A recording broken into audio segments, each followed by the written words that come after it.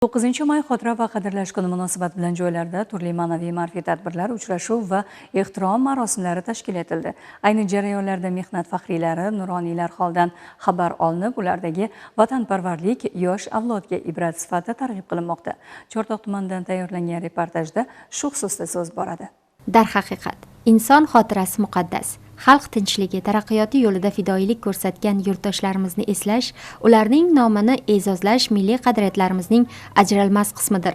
Chortoq tumani tibbiyot texnikumida o'tkazilgan ma'naviy-ma'rifiy tadbir ana shunday ezgu an'analarni ifodaladi.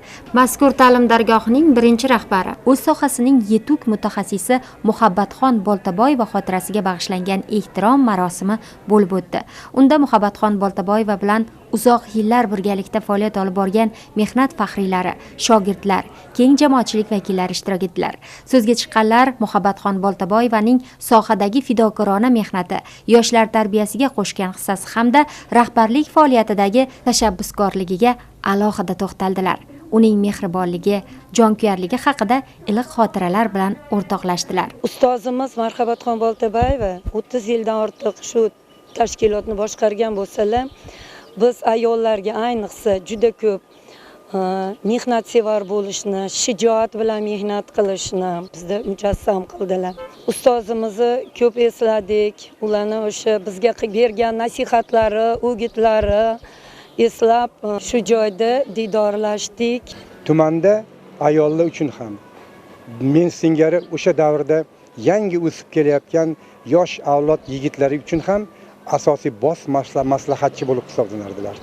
Bizga faqat yaxshi gaplarni, yaxshi ish yuritishni, yaxshi o'qishni, yaxshi ishlashni, har bir qo'yayotgan qadamingga vatanni ravnoqi uchun hissa qo'shishimizni ta'kidlardilar. Biz hali ham opani qumsab, sog'inib yashaymiz. Samimiy va ko'tarinki ruhda o'tgan tadbir davomida o'quvchilar tomonidan ona yurt, tinchlik, hamjihatlikni tarannum etuvchi she'r, kuy-qo'shiqlar hamda sahna chiqishlari namoyish etildi. Nuroniylar bugungi tinch va osoyishta hayotning qadriga yetish, keksa avlod vakillarini e'zozlash hamda tarixiy xotirani asrash har bir yoshning burchi ekanini ta'kidladilar. Qayd etilganidek, fidoyi insonlarning ezgu ishlari va hayot yo'li yosh avlod uchun doimo ibrat bo'ladi. Bugun Chortoq tibbiyot texnikumimizda inson aziz, xotira muqaddas shiori ostida juda ham katta tadbir bo'lib o'tmoqda. Ushbu tadbirni asoschisi Muhabbatxon Boltaboyeva ustozimizni xotiralariga bag'ishlab o'tkazilmoqda.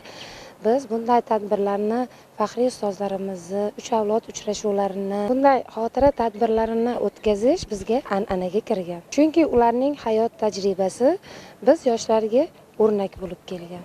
Muhabbatxon Boltaboyeva xotirasiga bag'ishlangan kecha uning yorqin hayot yo'li, fidokorona mehnati va insoniy fazilatlarini yana bir bor yodga soldi. Mazkur ma'naviy tadbir orqali yoshlar ongu shuurida ustoz va murabbiylarga bo'lgan hurmat yanada mustahkamlandi. Muhimi, ehtirom marosimi orqali ezgu amallari bilan xalq qalbidan joy olgan insonlarning nomi va xotirasi barhayot bo'lishi namoyon bo'ldi.